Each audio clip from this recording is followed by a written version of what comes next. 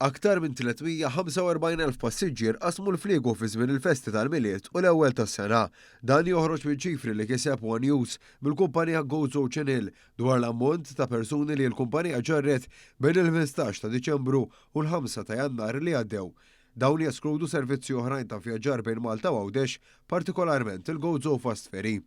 F'dan il-perjodu, il-GoZo Channel ġarret 117,538 vettura f'total ta' 2,084 vjaġġ. Dawn iċ-ċifri huma simili għal dawk li ġew reġistrati 12 xahar qabel li wkoll kienu rreġistraw żieda fuq l-2022. Jirriżulta wkoll il-One News li dawk li telqu mill-port tal-Imġar Għawdex kienu jgħoddu 7,694 passiġġier aktar minn dawk li telqu miċ-Ċirkewwa. Dan filwaqt li miż-żewġ portijiet telqu ma' 58,700 vettura fl-istess waqt li saru żewġ vjaġġi iżjed mill-Imġar Għawdex b'total ta' 1,043 vjaġġ. L-aktar ġurnata li rat passiġġieri jaqsmu l-fliegu kienet nhar is-Sibt 28 ta' Diċembru meta l-kumpanija ġarret 22,760 passiġġier.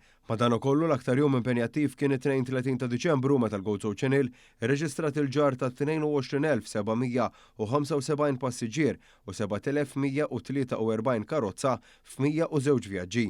Ħarsa lejn l-ammonti ta' vjaġġi li l-kumpanija għamlet matul dan il-perjodu turi kif saru medja ta' 95 vjaġġ kuljum, baxar tiem minnhom li fihom il-kumpanija għamlet 100 vjaġġ jew aktar.